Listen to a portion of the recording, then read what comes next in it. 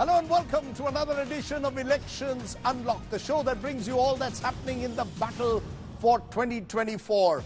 At the moment, the big news that we have is coming in from Rajasthan, where the BJP's list has created controversy. First, remember in Uttar Pradesh, one of its leaders, Upendra Rawat from Barabanki, has already dropped out, the second BJP candidate to drop out after the announcement of the first list of the BJP. In this case, it's because there is a video which is circulating, which has caused considerable embarrassment to him, and he has been forced to drop out. But the other interesting story is coming, as I said, from Rajasthan, where its current Churu MP of the BJP, Rahul Kaswan, who was dropped from the first list.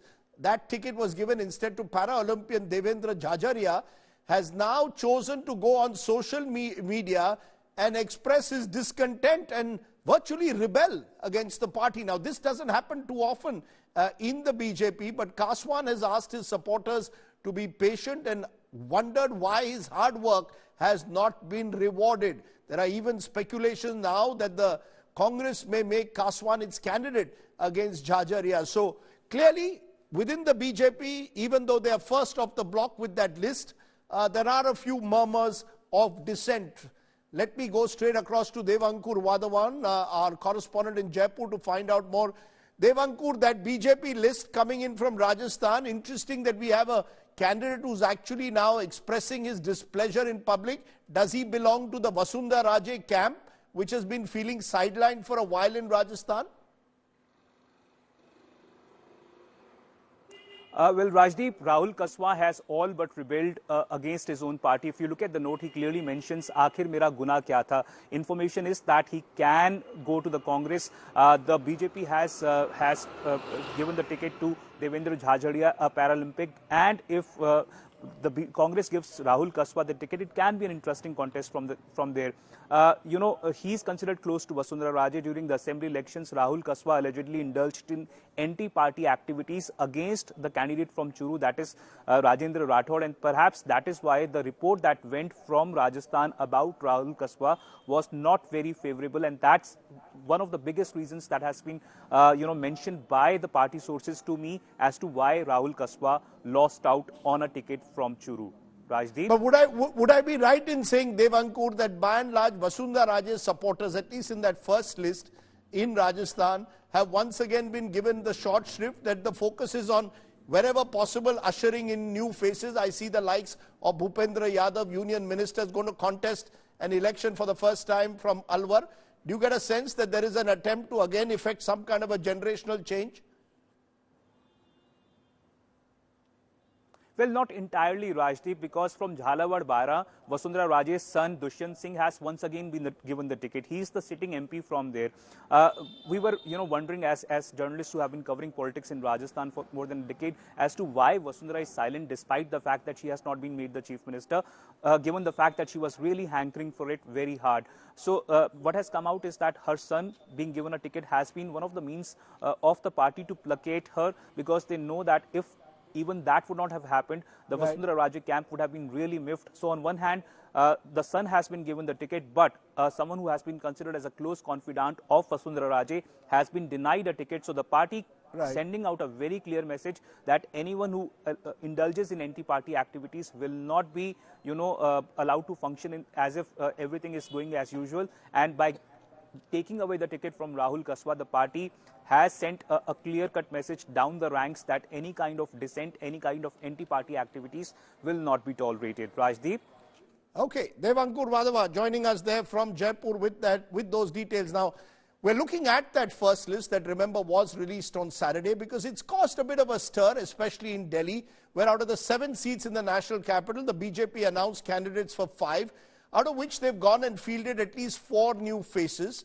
And have only retained 1 sitting MP, Manoj Tiwari from Northeast Delhi. Veterans like Harshvardhan, Meenakshi Lekhi, Parvesh Verma, Ramesh Biduri have all been dropped. The Aadmi party has also already announced its candidates for 4 seats. It's in alliance here with the Congress, all of which makes the national capital battle rather interesting in Lok Sabha 2024. Take a look.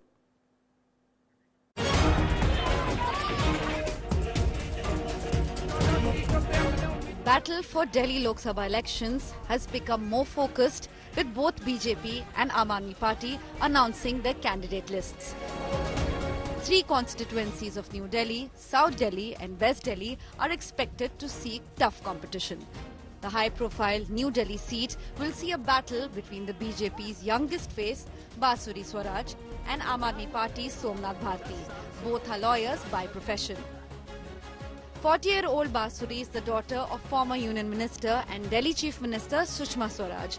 Confronting her would be 3-time Aam Aadmi Party MLA Somnath Bharti. The West Delhi constituency will witness an interesting fight this time, as the former Congress MP Mahabal Mishra has been given a chance by the Aam Aadmi Party. Mahabal's son, Vinay Mishra, is a sitting Aam Aadmi Party MLA from the Dwarka Assembly. His opponent in the Lok Sabha elections, Kamaljeet Sehrawat of BJP, belongs to the Jat community. She replaced another Jat BJP leader, Parvesh Verma, for this seat. Both the candidates have etched their electoral politics from municipality level. The South Delhi constituency will see a contest between 2 Gujjar leaders and sitting MLAs. While Aam Aadmi Party has fielded Tughlakabad MLA and councillor from the seat, Sahiram Pahalwan, and the BJP picked the leader of opposition in Delhi Assembly, Ramveer Singh Biduri. This octogenarian politician has previously been associated with several parties, including Congress and the NCP, before returning to the BJP in 2013. Ramesh Biduri, who is the sitting MP from South Delhi and who was snubbed by the BJP, is a neighbour of Ramveer Singh Biduri and resides next to him in Tughlakabad village. Aam Aadmi and Congress are fighting as alliance partners after coming to a seat-sharing consensus in the India bloc. Out of the 7 Delhi Lok Sabha seats, Aam Aadmi Party has fielded candidates from 4 seats, while Congress is yet to announce candidates for the remaining 3 seats. Bureau Report, India Today. Now, one of the more interesting candidates that the BJP has decided to put up is Basuri Swaraj, the daughter of the late Union Minister Sushma Swaraj. Soon after her name was announced, she spoke to our correspondent Sushant Mehra. Listen in.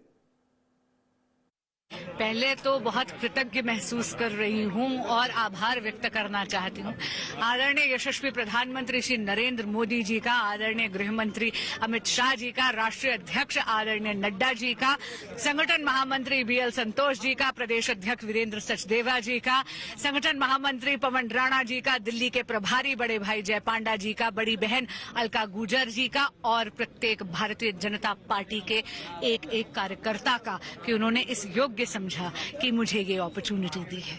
और हाँ, रही बात चुनौतियों की, तो मैं आपको बताऊं किसी प्रकार की चुनौती नहीं है, क्योंकि भारत की जनता का एक अटूट विश्वास है मोदी की गारंटी पर, क्योंकि मोदी की गारंटी पूरे होने की गारंटी है। अगर आप पिछले 10 वर्ष का मोदी सरकार का कार्यकाल देखें तो आप देखेंगे कि विकास का कितना एक अनप्रेसिडेंटेड कार्य हुआ है। आप ये देखिए कि एक बहुत ही चरमराती हुई अर्थव्यवस्था, 11वें नंबर की इकोनॉमी कांग्रेस ने भाजपा को सौंपी थी 2014 में। आज यशस्वी प्रधानमंत्री मोदी जी ने इंडिया को 5th लार्जेस्ट इकोनॉमी बना दिया है और मोदी जी की गारंटी है कि मोदी 3.0 में 3रे नंबर की इकोनॉमी बना देंगे। नई दिल्ली सीट जहां पर मुख्यमंत्री अरविंद केजरीवाल विधायक हैं, सोमनाथ भारती को उम्मीदवार बनाया है, चुनौती लगेगी है आपको इस सीट पर? बहुत विनम्रता से कहना चाहूंगी कि बाबा सोमनाथ का आशीर्वाद तो मोदी जी के सर पर है, सामने कोई भी सोमनाथ खड़ा हो। इंडिया गठबंधन आप जानते हैं कि एक स्वार्थ पर आधारित गठबंधन है।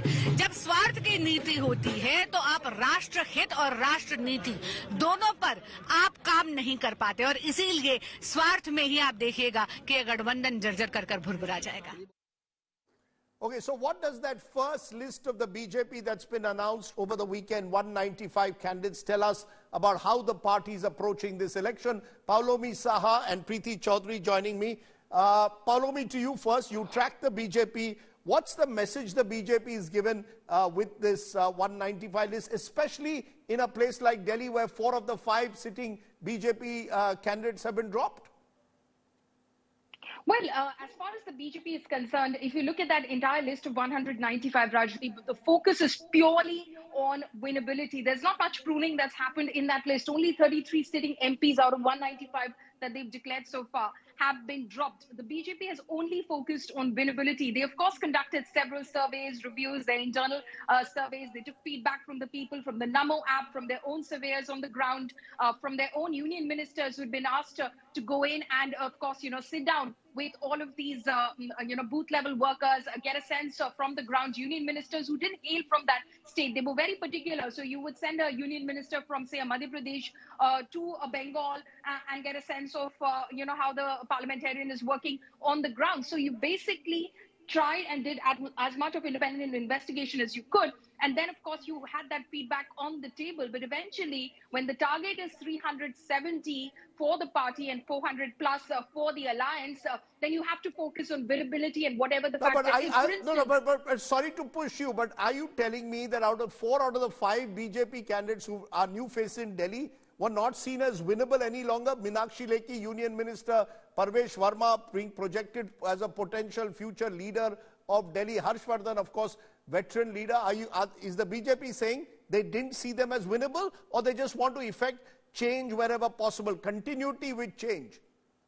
No, they definitely did not see them as winnable. Like I said, if you set a high target like 370, you have to ensure wins across as many constituencies as you possibly can. The last time round, you had 437 candidates. You won 303. This time you've set a target for yourself of 370 all by yourself. It's a huge target. So winnability is the only factor. So that is what the BJP has focused upon. And this time around in Delhi, at least, you had a sense of the competition already, with the Aam Aadmi Party at least declaring their share of the seats as far as, their Delhi share is concerned in alliance with the Congress party. So you have a sense of the competition. You've got the feedback from the ground, and you've decided to effect changes in order to ensure you win. Okay. Preeti, is it as simple as that, winnability, or is it because Delhi is among those states which is seeing a change in the political arithmetic compared to 5 years ago? You've got Aam Aadmi Party with the Congress, so the BJP is conscious of the fact that the challenge is very different in Delhi compared to 5 years ago. Well, the challenge is different, but even if you look at what was 5 years ago, Rajdeep, but collectively the Aam Aadmi Party and the Congress didn't have the kind of vote share that the BJP had on its own. But I'll tell you what's going on in the back end of it, where at least the Aam Aadmi Party and the Congress is strategizing. They're actually thrilled that the BJP has effected these changes, because then they think that they're in the fight. Because there's a psychological factor as well, to the Lok Sabha elections. And they think in terms of the Lok Sabha elections, Aam Aadmi Party per se has gamed the list right, because they were the first one to come up with it. The Aam Aadmi Party announced their candidate for the 4, because the split between Congress and the Aam Aadmi Party is 4:3. They announced their list first. And now when they're looking at the contest that is going to take place, and I'll give you an example. Let's look at the high-profile constituency of New Delhi, where, the president, the prime minister, the judges, everyone votes from. I live there. Okay, you live there, same here. But having said that, but that aside, so in that you have a Somnath Bharti, who's a 3-time MLA, a lawyer himself, facing off with someone who's never won an election but comes with the legacy of Sushma Swaraj, Basuri Swaraj, who's also a lawyer. Here they actually think that Somnath Bharti could actually give her a fight in this election, because so ultimately, other than big names, fielding an Atishi or a Raghav Chadda, the list that the Aam Aadmi Party has come out with are people who know how to fight elections. Let me go one by one. From New Delhi, let's move to West Delhi. You have a Mahabal Mishra, who's an old war horse where the Congress is concerned, well over 70 years old. His own son is an Aam Aadmi Party MLA. He's fighting West Delhi. Now, West Delhi, if you look at the demography, very strong Purvanchali vote and Jats as well.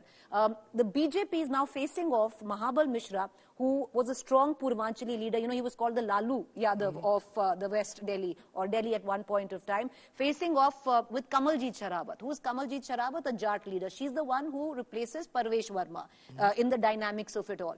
If the Aam Aadmi Party now and the Congress combined think that if they can get about a 3 to or a 4% Jat vote to shift, they could have a fighting chance on this seat, because they feel Mahabal Mishra would be able to corner, at least here in his constituency, the Purvanchali vote. However, northeast is where Manoj Tiwari is being contested from, which is the BJP. So there's going to be a fight there as well. But Mahabal Mishra is someone who knows how to fight an election, fought many elections. The third seat, Yes, you have a question. No, go ahead. No, finish up. All right. So the third seat is the seat of South Delhi. Now, from South Delhi, you have Sahi Ram Pahalwan, Gujar. South Delhi, you know, as many would suggest who live in Delhi that South Delhi is where, you know, as much as I hate the word, the posh area is, but it's not. The demographics have changed demography because of delimitation. Yes, the demography exactly is very, very different right now. It's a Gujar stronghold. And then South Delhi is where two Gujars will face off. You will have a Sahi Ram Pahalwan facing off with a Ranveer Singh Bhaduri, who's an octogenarian himself. He cuts the ticket of Ramesh Biduri. And Sahi Ram Pahalwan was someone who has defeated Ramesh Biduri's nephew at one point of time. So it's interesting in just getting the dynamics together. Your question. Yeah, you know, as Preeti says, Delhi, therefore, is one of those areas which is seeing plenty of political flux. Last time the BJP dominated it. They won all 7 seats here and by comfortable margins. But with the Aam Aadmi Party and the Congress tying up, some of those equations could change. And that might explain why the BJP has also put up new faces to arrest any potential anti-incumbency also that might exist on the ground. Also freshen up the party ahead of Vidhan Sabha elections that are not too far away. Prime Minister Narendra Modi is on an election blitzkrieg across the country, focusing today at least on states south of the Vindhyas. He was in Telangana and also in Tamil Nadu. As far as Rahul Gandhi is concerned, he is on the Bharat Jodo Nyaya Yatra, which is wending its way through Madhya Pradesh. Listen in to Narendra Modi and Rahul Gandhi in their war of words. मैं इनके परिवारवाद पर सवाल उठाता हूं तो इन लोगों ने बोलना शुरू कर दिया है कि मोदी का कोई परिवार नहीं है। अब तो कल ये कह देंगे कि तुम कभी जेल में तुझे सजा नहीं हुई इसलिए तुम राजनीति में नहीं आ सकते, ये भी कह देंगे। मेरा जीवन खुली किताब जैसा है और जब मैंने अपना घर छोड़ा एक सपना लेकर के चला था, देशवासियों के लिए जीऊंगा। मेरा पल पल सिर्फ और सिर्फ आपके लिए होंगे। 2-3 साल कमा के पढ़ाई करोगे और फिर आप एग्जाम में जाओगे, पेपर आपके सामने होगा, पेन आपके हाथ में होगा और आपको उससे तकरीबन 1 घंटा पहले अपने मोबाइल फोन पे कोई अमीर स्टूडेंट आपको पेपर दिखा देगा। तेरा ये तूने पूरी पढ़ाई की, मुझे कोई फर्क नहीं पड़ता, मैंने तो पेपर खरीद लिया। फिर आप कहोगे यार मेरी जिंदगी बर्बाद कर दी। फिर आपसे कहेंगे देखो भैया अब रोजगार छोड़ो, आपका पेपर लीक हो गया, सारा मामला ठप हो गया। That's it on the elections unlock. Thanks for watching. Stay well, stay safe. Jai Hind, namaskar.